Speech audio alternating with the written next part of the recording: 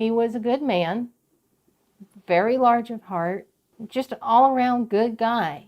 It's amazing to me how you can't find someone who's literally under a parking sign in an airport that's Atlanta's largest, with their own fire department, I would think, and paramedic and all of that stuff, and you can't find me.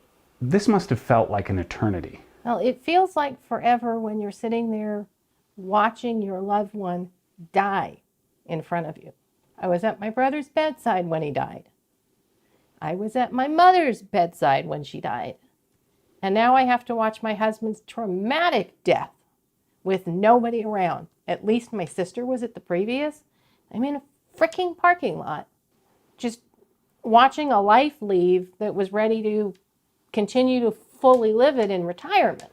More than 17 minutes, he's lying on the ground waiting for help. In the middle of the busiest airport in the world. Like most men, starts at the row, all the way closest. We got to find the perfect parking spot as close as we can get.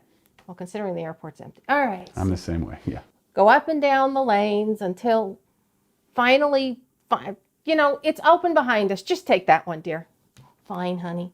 He stands up from the car and just spits out the words, "Something's wrong," and collapses in that V section of the car. He collapses inside the door jamb of the car. I literally watched him gasp with a pause in between 3 times.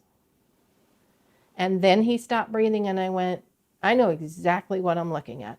My mom did it. My brother did it. And I'm like, really? I think he's gone.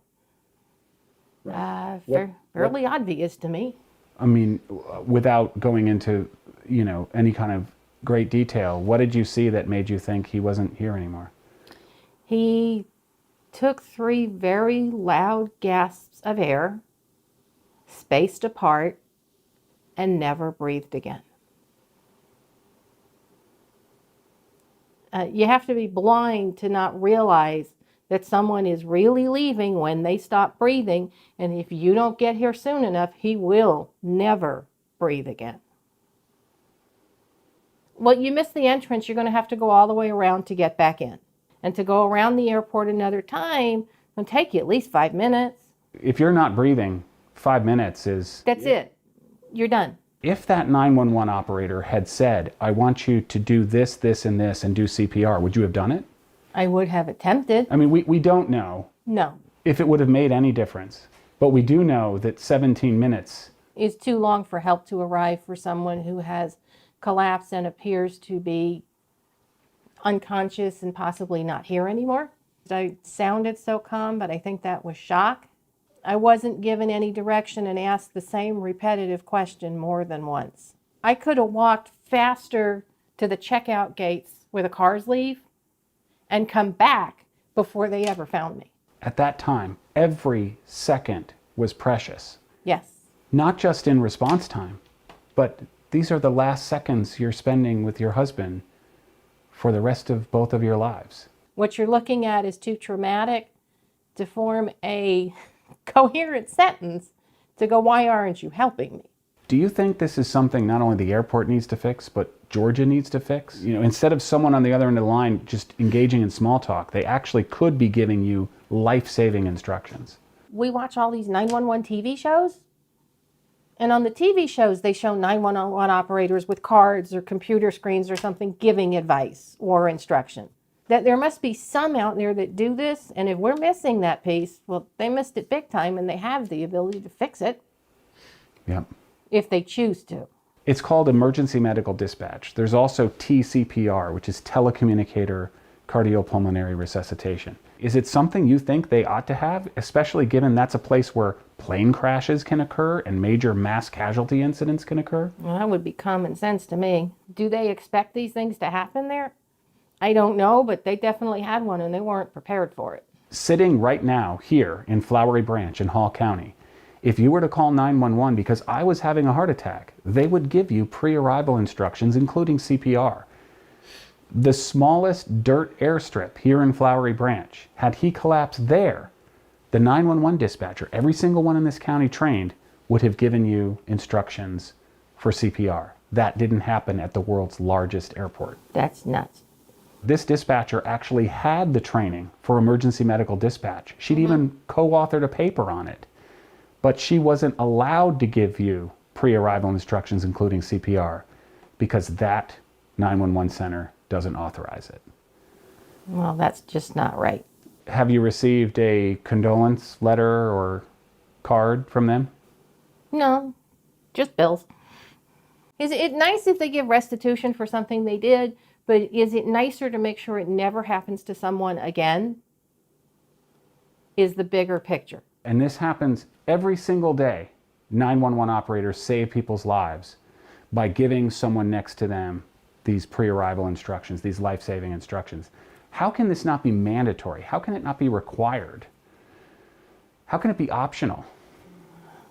I have no idea. Maybe it needs to go to a federal level so it goes everywhere and it doesn't discriminate by state, county, or city. Ringing the airport are these fire and rescue facilities. Had no idea.